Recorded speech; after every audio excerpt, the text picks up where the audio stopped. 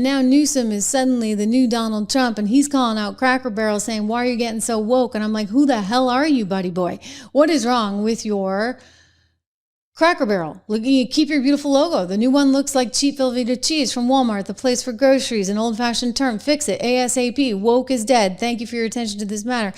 I mean, he's not joking either. Like, at first I was like, oh, this is a joke. But no, he's literally trying desperately to imitate one Donald Trump. And we went through yesterday all the criticism. I mean, even MSNBC is like, buddy boy, what's going on? But here's what's going on. The guy's got a lousy situation out there in California, whether it's the fires or whether it's the economy or whether it's every single company leaving in droves. It's not working out for him so well. And now Bed Bath & Beyond, they're calling him out. This is fantastic. I want to show you a soundbite from Hannity's program last night where he had the new CEO of Bed Bath & Beyond. Don't forget the company had its troubles and now it's trying to rebuild and salvage the name. And there was this whole back and forth with California. I'll let him explain it, but he's got no use for Gavin after this. Well, I think the thing that was really surprising to me is that I tried to articulate in a non-aggressive way exactly why our company wasn't going to reinvest capital in California. And what I found out this afternoon is that Governor Newsom has enough time to respond to a tweet as opposed to a private DM or having somebody reach out to remind everybody in America that in 2023, before we bought the intellectual property, that the company went out of business. We all know that Bed Bath went out of business a few years ago. Now we're trying to make a comeback. And I would think that a governor would want to attract investment, attract capital into the state. In fact, he did the opposite. He rejected it. It's a very simple model for me. As a capitalist myself, I want to do business in all 50 states, and I want to do business with all people of all political parties. But Gavin doesn't. I mean, look, we've seen this movie before. Just think AOC, right? There was an opportunity to have all kinds of good-paying jobs in Queens with Amazon, and she didn't want it. She turned it away. Why? Because these aren't really capitalists, right? These are people that want to have total control over everything, and they believe all the resources belong to the government. And heck, they ought to be cheering this Intel thing, right? The government taking 10% of Intel, that's got to be right up AOC and Gavin Newsom's alley, for goodness sakes. You know it makes me uncomfortable.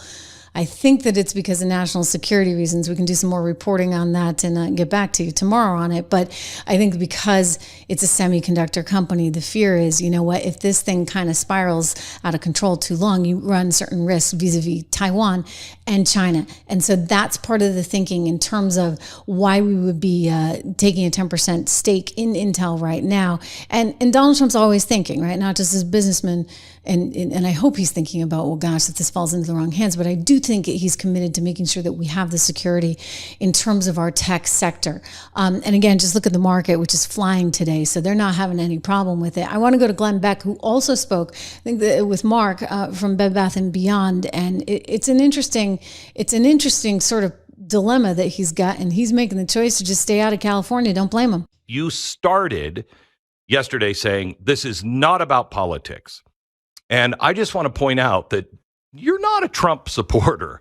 In 2017, you came out, and I'm not going to go through it because you went back and forth and corrected and everything else.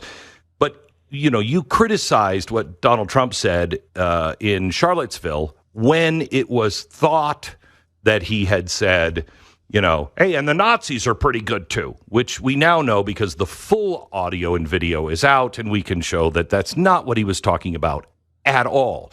But you came out, as did a whole buttload of other CEOs, and said, if that's what you believe, then, please, we don't necessarily want you shopping here.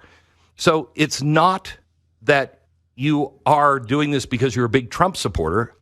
When I saw your name attached to this, I thought, no, this is about business, because he's not on either side here on this.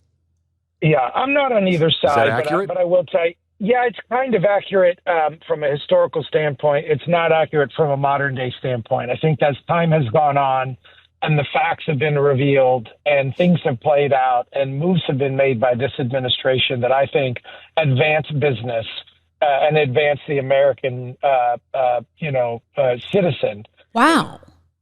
Okay, so I'm going to agree with him.